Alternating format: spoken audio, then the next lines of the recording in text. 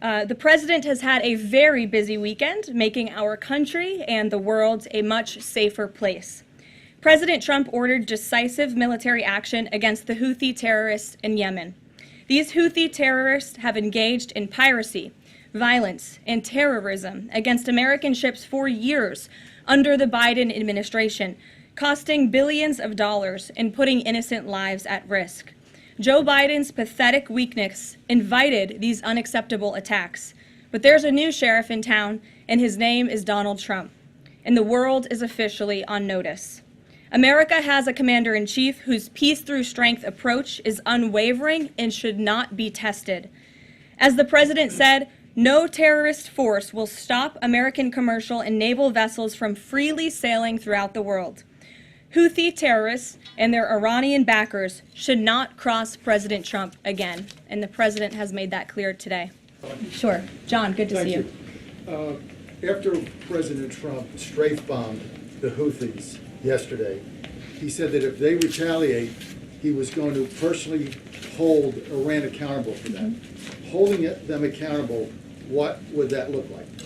Well, I would defer you to what the president put out this morning, John, where he said very clearly, I will read it, "Let nobody be fooled. The hundreds of attacks being made by Houthi, the sinister mobsters and thugs based in Yemen, who are hated by the Yemeni people, are all created by Iran. Any further attack or retaliation by the Houthis will be met with great force, and there is no guarantee that the force will stop there. Iran has played the innocent victim of rogue terrorists from which they've lost control, but they haven't lost control. They are dictating every move, giving them the weapons, supplying them with money and highly sophisticated military equipment, and even so-called intelligence.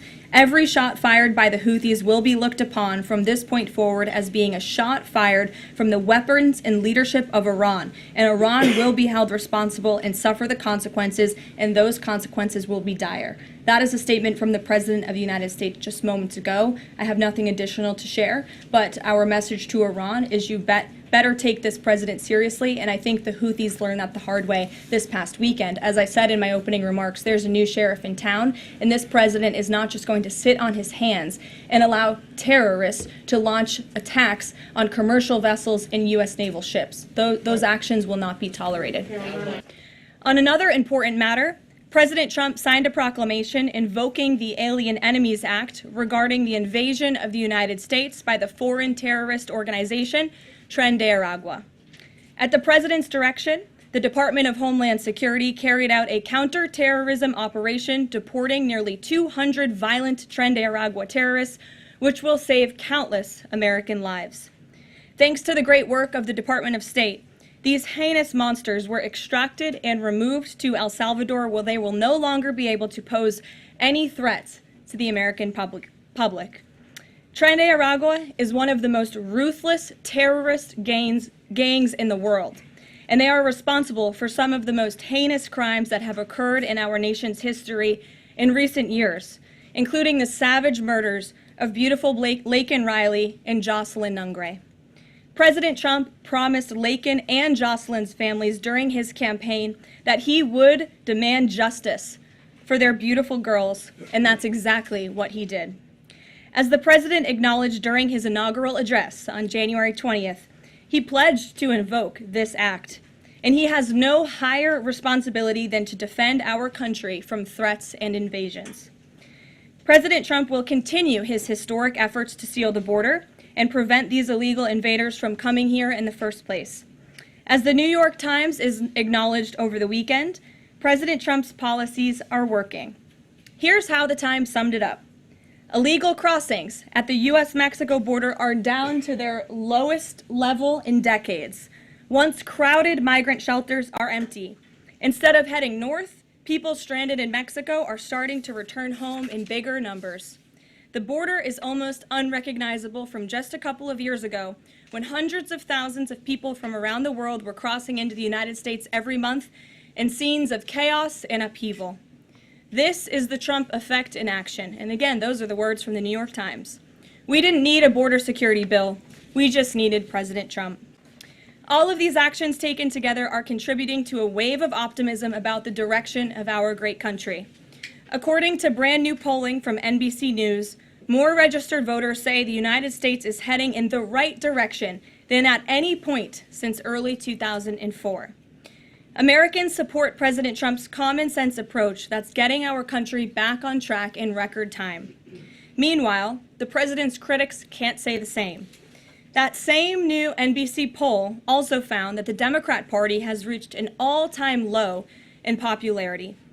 It turns out when you let your hatred of President Trump get in the way of doing what is best for America, the people reject you. Who would have thought? Joining us today in our new media seat is Kelly Meyer. She is a White House correspondent with News Nation.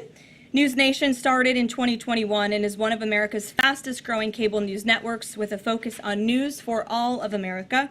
It's part of a larger ecosystem, Nexstar, which is home to News Nation, the political website The Hill, the broadcast network The CW, and local Nexstar stations.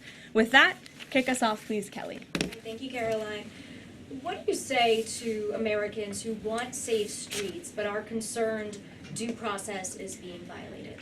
The president is using every lever of his executive authority and his constitutional authority within the bounds of the immigration laws of our country to ensure that our streets are safer for law-abiding American citizens.